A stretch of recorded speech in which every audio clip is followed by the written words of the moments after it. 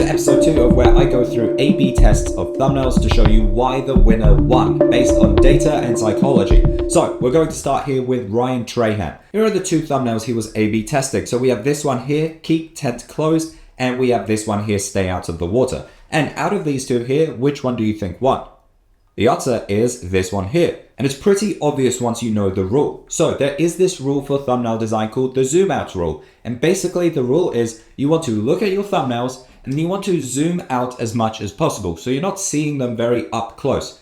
Because what happens is, as thumbnail designers, we're in Photoshop and we're seeing everything by the pixel. But when someone is seeing your thumbnail on YouTube, they're going to see it very, very small. And this one here makes a lot of sense. Stay out of water, and here we can see Ryan in the water. Cool, this is explaining the premise of the video, and it's causing us to ruminate. We're like, wait, he's meant to be out of the water, but he's in the water. I wonder what happens. And now we want to click to find out. Now this one here, keep tent closed, and we can see a bear in the background. The problem is, when we see this thumbnail very small, it's not going to be obvious that there's a bear in the background. So we're just seeing keep tent closed, which isn't creating a lot of tension in this thumbnail. So your quick thumbnail tip from this Ryan Trahan A/B test is to do the zoom out test. Zoom out of your thumbnail, see it very, very small, and is the video premise obvious? Can you see all the elements that you need to see in the thumbnail when it's made small? All right, let's have a look at this video here. So this is by Nathan Barry. He interviews John. Big fan of both of these guys. So here we can see a couple of tests that they did. And it's pretty obvious, again, once you know the rule, in which one's going to win.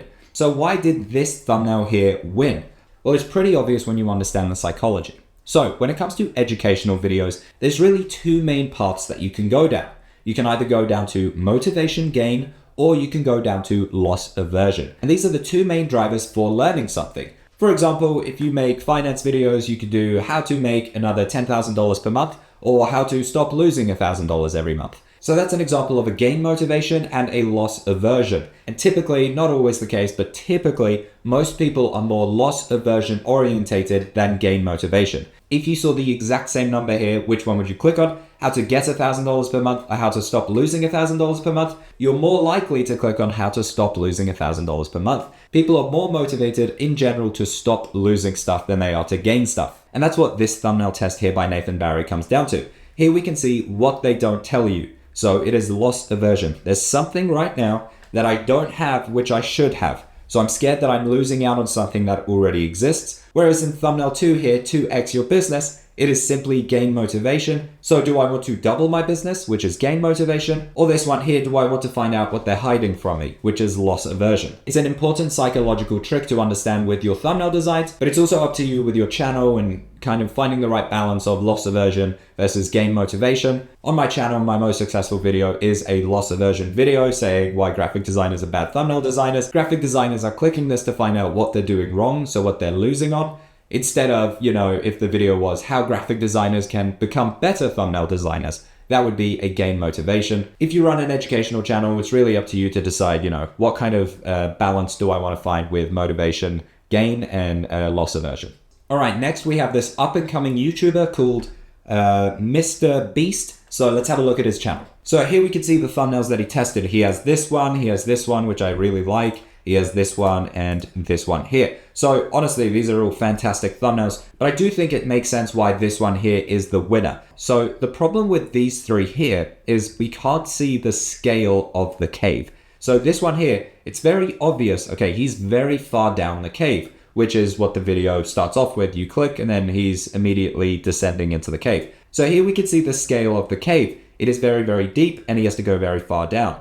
Versus here, this could be the entrance, this could be the entrance, and this one here could just be the entrance where he's lying down. Whereas this here, you could see the scale of the cave. And there's an important psychological trick once again here at play. Fans of this channel might have heard me say this before, but basically, if you make educational channels, you want to make the thing that you're doing sound as easy as possible. Whereas if you run entertainment channels, you want to make the thing that you're doing sound as difficult as possible to do.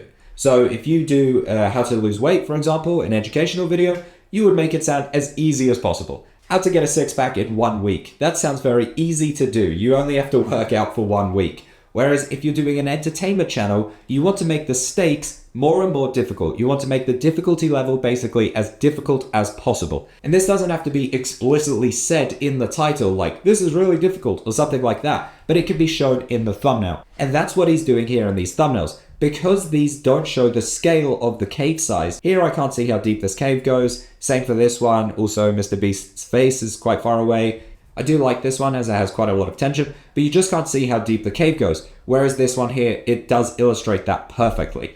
And that's why I think out of this ABCD thumbnail test, this one here was the clear winner. All right, let's have a look at one last thumbnail A/B test. And it's a really important principle here and actually comes down to the second step in your thumbnail process. So these thumbnails here come from a channel called Pongfinity, and the video is called Ping Pong on the Smallest Possible Table. And it's going to be very obvious again on which one here won the A/B test. So what is the goal of a thumbnail? Well, first, you want to get the attention of your target audience. Second, you want to explain the premise of the video in the thumbnail alone. And thirdly, working with the title, you want to pose a question that someone has to click onto the video in order to answer that question. So this video is called Ping Pong on the Smallest Possible Table. When you think of a ping pong table, how do you picture it?